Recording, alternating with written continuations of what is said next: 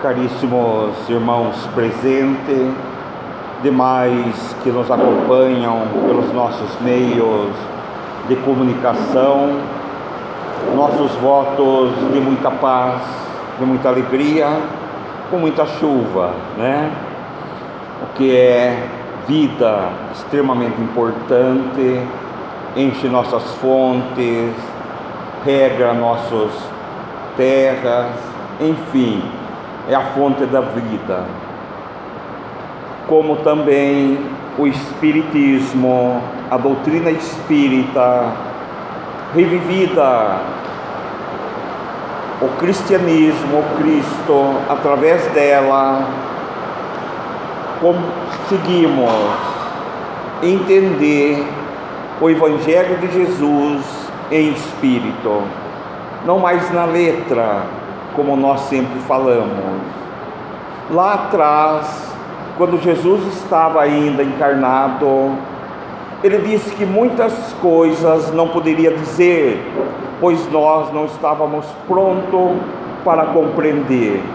Mas no momento derradeiro, enviaria um Consolador prometido, que diria coisas que nós poderíamos então compreender.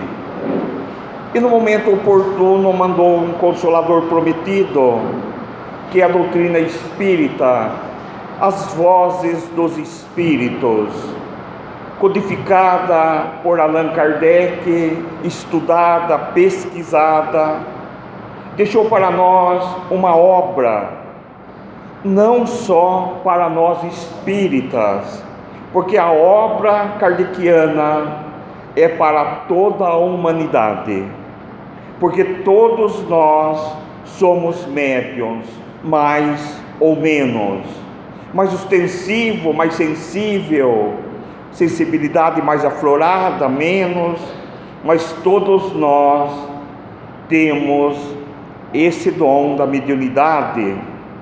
Todos nós recebemos constantemente a influência dos Espíritos, e foi através da doutrina espírita que caiu sobre terra os véus do sobrenatural, do obscuro, e começamos a conhecer esse outro mundo paralelo a nós, o mundo espiritual, nesta outra dimensão. Entendemos então, e muitas vezes não entendíamos o que ocorria conosco, e de repente percebemos que muitos dos pensamentos que vêm em nós não são nossos. Nós precisamos aprender a entender qual pensamento é meu e qual é sugerido. Nós precisamos conhecer o mundo espiritual e a influência dos Espíritos em nossas vidas. Nós precisamos saber que há 70 anos, mais ou menos, já André Luiz falava com seu mentor num dos seus livros, não me recordo agora, da pandemia espiritual. Pandemia é uma coisa enorme, uma invasão há 70 anos. Imagine nós hoje a influência que nós recebemos dos Espíritos.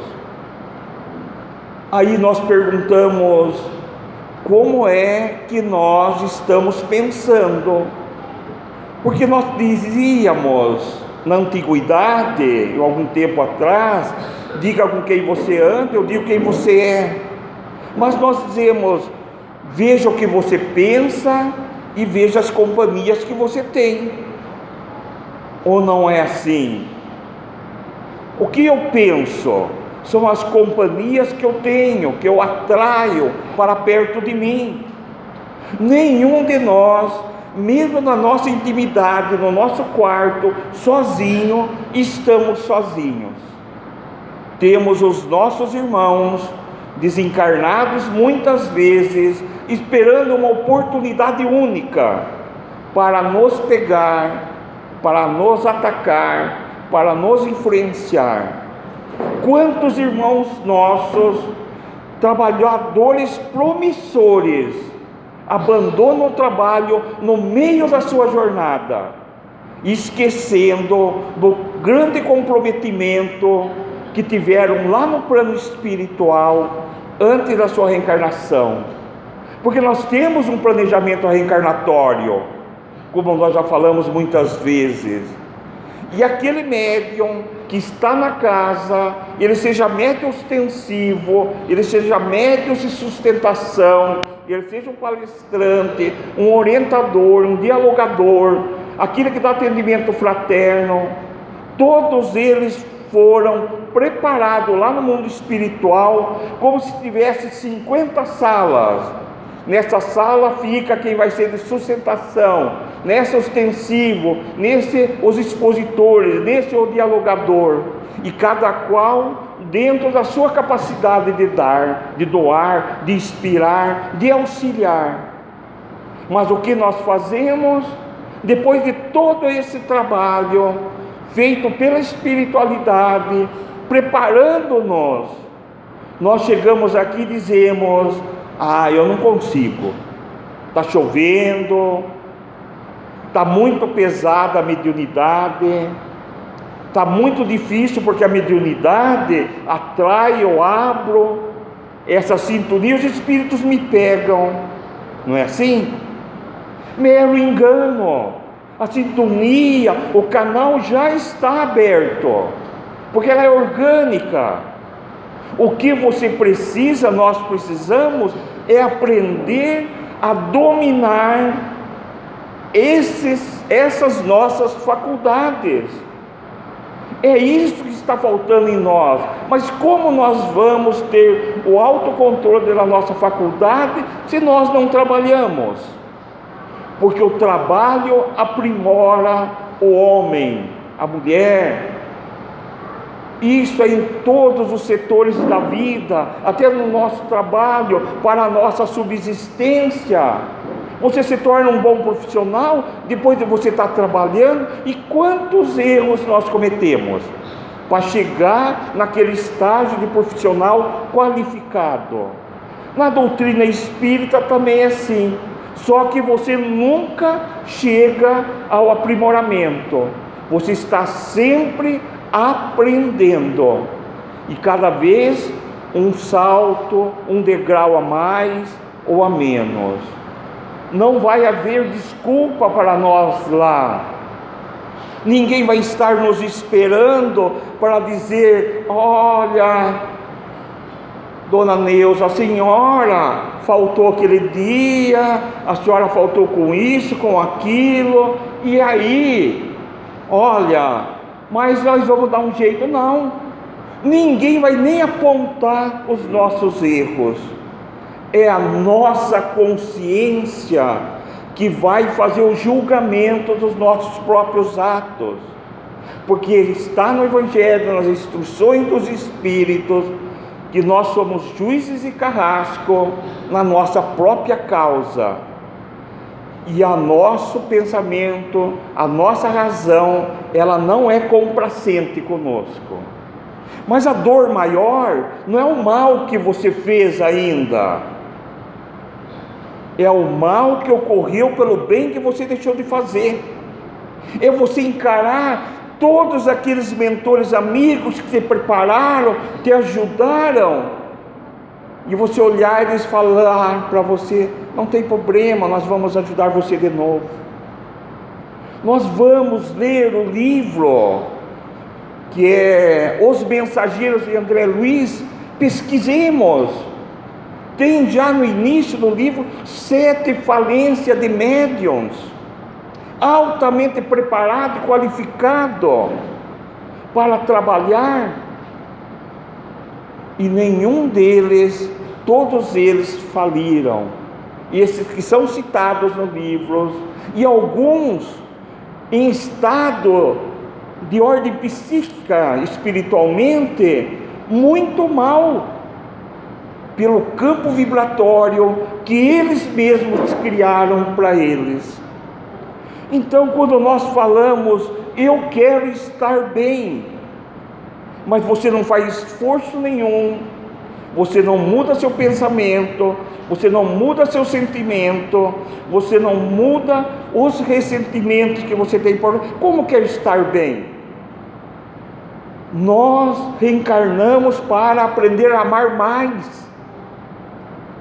E nós pegamos, com todo o respeito a todas as escolas, a melhor escola do Cristo, a doutrina espírita. Mas estamos aqui porque temos condições de compreender a doutrina espírita, porque se nós não tivéssemos, estaríamos numa outra escola, dentro da nossa capacidade de entendimento. Então não nos faz melhor do que o outro, mas saber mais, maior responsabilidade. Então vejamos bem, fomos criados para ser felizes, mas eu tenho certeza que metade de nós que estamos aqui, pelo menos, não somos felizes. E nós podemos falar, eu não sou feliz. Mas ninguém olha para dentro de você e diz, a felicidade depende de mim. E eu não sou feliz porque eu não faço isso ou estou fazendo isso. Então eu vejo a doutrina espírita como base fundamental para o nosso bem-estar espiritual. O bem-estar físico é o bem-estar espiritual. Nós falamos assim, então, num grande julgamento, aquele irmão é materialista, porque nós julgamos o outro. Mero engano de nossa parte. Ele está movimentando aquilo que Deus lhe concedeu a ele. É o exercício da alma dentro de um corpo físico, em qualquer condição e situação que nós estejamos, em qualquer religião. Então, a partir de hoje, a partir do próximo amanhecer, nós precisamos começar a pensar em modificar. E aí eu trouxe um tema para a gente pensarmos um pouco, porque as casas espíritas não estão mais falando de espiritismo. Percebe? Algumas casas espíritas põem grupo fraternal, não sei o quê, mas ninguém tem coragem de pôr casa espírita, porque o espiritismo foi fundado, é um nome inventado por Kardec, espiritismo, não existia esse nome antes. E muitas denominações religiosas que trabalham com o mediunismo, com a mediunidade, utilizam o espiritismo, o que não é. Então, quando alguém pergunta para mim, o que você é? E foi engraçado esses dias lá em Serquilho, porque todo mundo me conhece, era uma cidade pequena, sabe que eu sou espírita. Eu cheguei numa instituição, foi num centro médico lá, você tem religião? Eu falei, eu sou espírita. A moça pulou assim, e eu falei, não, sou espírita. Eu não sou espírita, eu tenho que falar que sou espírita. Então, você tem que ter coragem, porque eu vou renunciar no momento oportuno da prova daquilo que me faz bem. Escrevo lá, Pedro Gavioli no Face, espiritismo, mensagem. Você olha no meu Face, só tem coisa espírita, porque é isso que nós precisamos fazer. Então, hoje eu resolvi vir aqui e compartilhar com vocês, para a gente falar assim, vamos dar um tempo para nós, para pensar na vida. Vamos pensar, o que é a vida? Eu não estou falando da vida física, eu estou falando da vida espiritual, que nós estamos vivendo na vida física, no corpo físico. É isso que eu estou falando. Eu não estou falando da vida física, estou falando da vida espiritual que estamos vivendo no corpo físico. Como é que estamos lidando com isso tudo? Então eu decidi, nós precisamos decidir, então, que a partir do próximo amanhecer, do próximo instante daqui para frente, que nós devemos e podemos mudar alguns detalhes da nossa vida. Mas cada dia um pouquinho, porque você não vai mudar de um momento para o outro. Mas eu não consigo mudar, você vai dizer assim, mas eu me esforço. Vocês não imaginam o prazer que os espíritos, os nossos benfeitores têm de nos ajudar, aquele que se esforça para melhorar, mesmo que ele não consiga, porque o que conta é o esforço que você faz para conseguir, mesmo que você não consiga, mas você não está parado. O esforço que você faz para conviver em família, com a esposa, com o seu cônjuge, na sociedade, no trabalho, são os esforços muitas vezes redobrados. Suportar alguém nos suportar também, ou não é? Aquela pessoa que é um peso para mim, e eu sou um peso para alguém também, porque nós somos um peso para alguém. Mas eu não simpatizo com essa pessoa. Mas alguém também não simpatiza conosco. É interessante isto. Não pensemos nisso, não é? Então nós podemos ir mudando um pouquinho e ter um pouquinho de felicidade, ou vamos dizer, momentos de alegria. Felicidade realmente nós podemos sentir no curto espaço de tempo que nós estamos aqui. Essa é a felicidade real. Demais é alegria, momentos de alegria. Felicidade é você ver um filho realizado. Felicidade é ver você alguém bem, estar bem. Então, para começar, vamos começar a olhar um pouquinho para trás. Temos às vezes que parar, olhar para trás, para saber quem somos e de onde viemos e a que ponto nós alcançamos nessa nossa jornada. Porque por mais que pareça ser e que nós pareçamos que estamos caminhando numa planície, ela tem um pequeno declive que você vai subindo sem você perceber, e você precisa olhar para trás para ver que você já evoluiu um pouco, e também entender que muitas coisas que passou, não dá mais para reparar, não dá para modificar. Eu já errei, agora não vou conseguir corrigir com tal pessoa, mas eu posso corrigir com uma outra pessoa, e alguém vai corrigir lá com aquela pessoa que eu errei. Troca. Percebe que às vezes você causa um dano a alguém, mas não dá mais para chegar nela. Mas alguém aconselha ela, orienta, deixa ele para lá, ele era muito ignorante, ele namorou você, falou que ia casar e largou de você, alguém vai largar dele também, não é assim que a gente fala, dá um consolo, né? Aí de repente você consola alguém também aqui, que alguém largou, sentido figurativo. Então a vida é assim. Quantas pessoas nos ajudam em determinado caminho? Então precisamos parar de remoer o que passou. E a maioria de nós sempre falamos, nós gostamos de remoer alguma coisa que nossos pais fizeram para nós, mas nossos pais eram ignorantes mais do que eu. Aí você para e vai olhar a escolaridade do seu pai, a dureza do seu pai, como ele foi criado, escolaridade, cultura, como cobrar algo de alguém que não tinha. Ele não deu porque não tinha, e o que ele deu é o que ele tinha, o melhor. Você não dá o melhor para seu filho? E às vezes seu filho não reclama para você que está faltando algo ainda? Não é assim? E você está dando o melhor para ele, e ele ainda reclama. Não é assim? Eu tenho uma neta muito danada, vai fazer 18 anos, e a minha esposa, um pouco antes de desencarnar, até antes, ela dava tudo, e eu não dou nada. Eu dei para ela uma maca esses dias, e ela pediu para mim meu cartão emprestado. Para quê?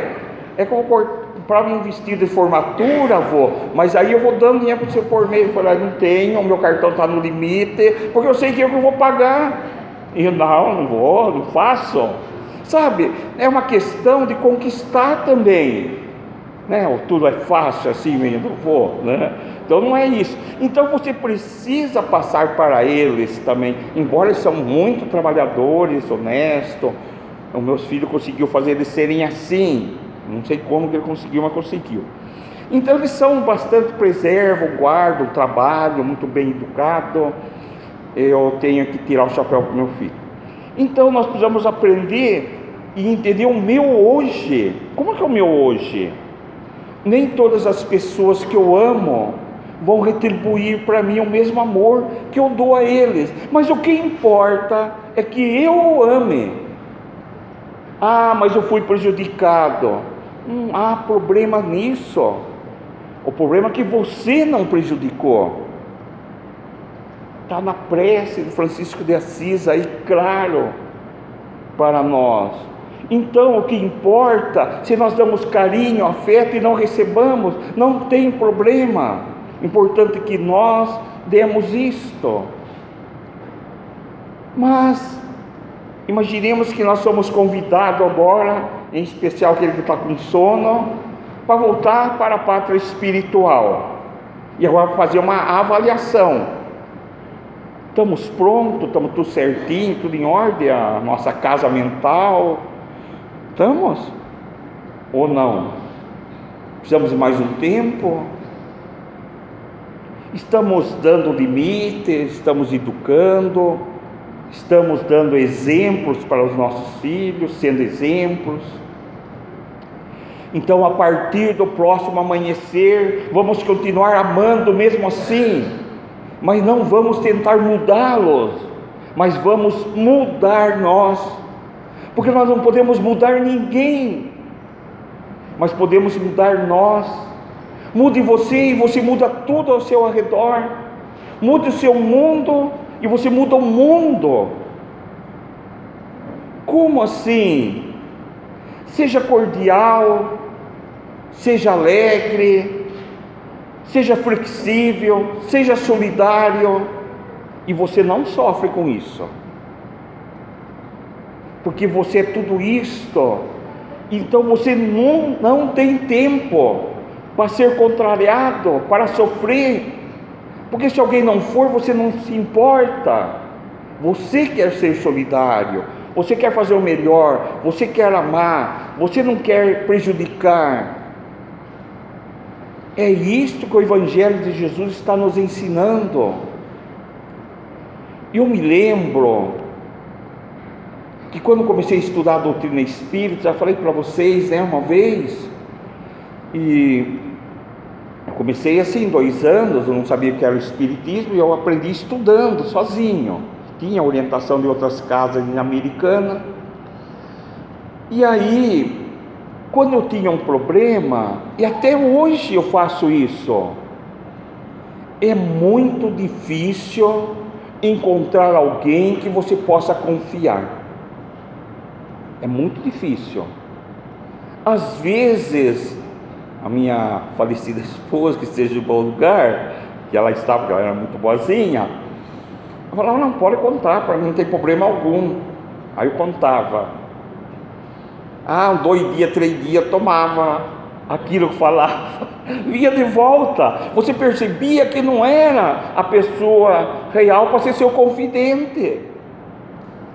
Você fala tanto em amor lá e aqui se faz isso, fala aquilo lá e aqui se é assim, porque nós não somos o que nós falamos ainda, mas nós queremos ser isto, por isso estamos falando.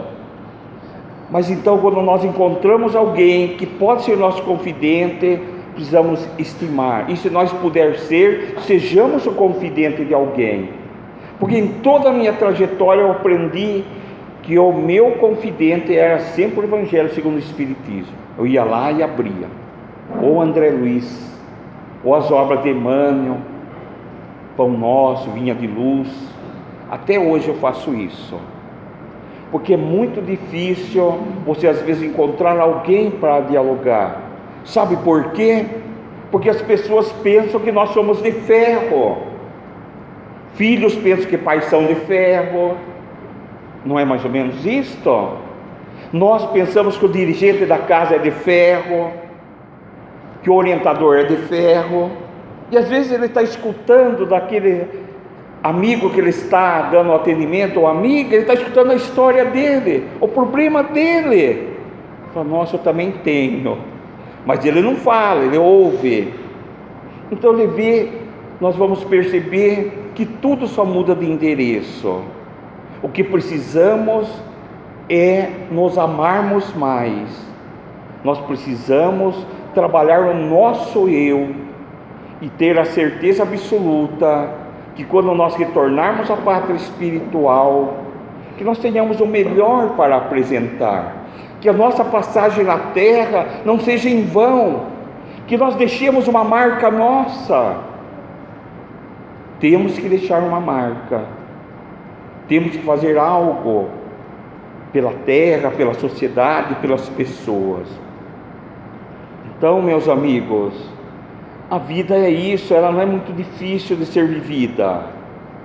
E aí a gente vai falando assim, muda o meu modo de ver, respeito o modo das pessoas de serem, mas não pensem que vou desistir dos meus sonhos.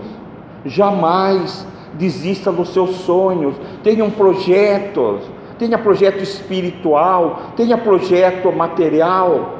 Eu conseguia, se vocês me permitem, uma coisa muito insignificante, eu tinha um projeto de ter algo, alcançar algo na minha vida material, e eu alcancei, mas o meu projeto era um dia estar aqui falando numa casa espírita, e hoje essa casa me proporciona essa oportunidade única, e vocês me dão atenção, algo muito especial para mim.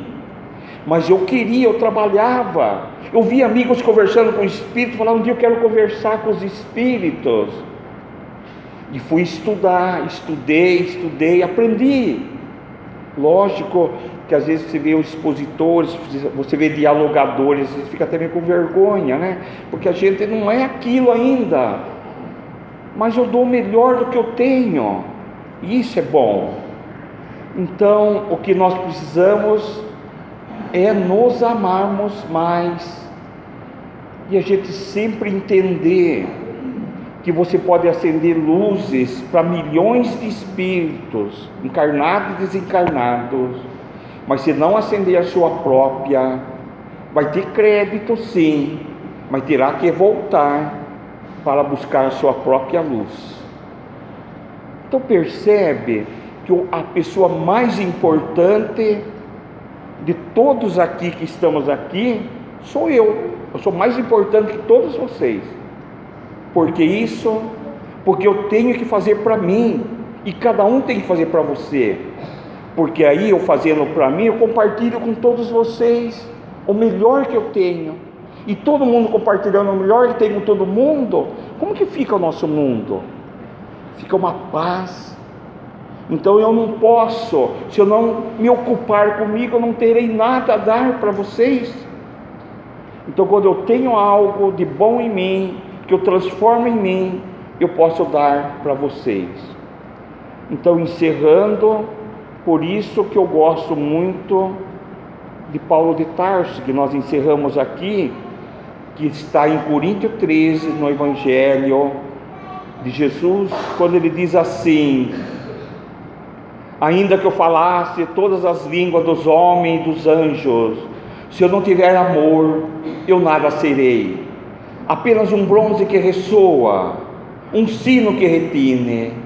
Ainda que eu possua os dons da profecia e saiba todas as ciências, ainda que eu possua um tamanho grão de fé que permita transportar montanhas, se eu não tiver amor, eu nada serei.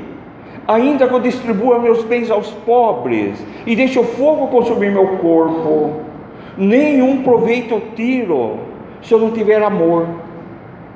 Porque o amor, meus irmãos, é paciente, o amor é o ser bondoso, o amor é o ser que não exige, é o ser que não é arrogante, que não é orgulhoso, o amor é o ser que jamais é descortês, pois o amor nunca é interesseiro, o amor não se irrita, o amor não guarda rancor no coração, Ah, mas o amor tudo desculpa, o amor tudo crê, o amor tudo espera, tudo suporta. Então o amor nunca terá fim, né, dona Neuza? Mas as profecias sim, pois as línguas se calarão, pois a ciência tem seu termo, e perfeito é nosso conhecimento, e também as profecias. Mas quando vier o que é perfeito, o que é imperfeito desaparecerá. Ah, quando nós éramos crianças, pensávamos como crianças, brincávamos como criança, e como criança nós raciocinávamos. Quando nos tornamos homens e mulheres feitos, nos despojamos dos atributos de criança. Hoje, por enquanto, enxergamos Deus através do espelho, mas logo teremos a visão de Deus face a face. Por enquanto conhecemos apenas uma parte, mas logo nós conheceremos Deus como por Ele somos conhecidos. Finalizando, temos agora a fé, a esperança e o amor. Mas dos três, o mais excelente é o amor. O amor que desenvolvemos em nós, que compartilhamos com o outro sucessivamente. Muita paz, muita luz, e que Deus nos abençoe a todos. Muito obrigado pela atenção.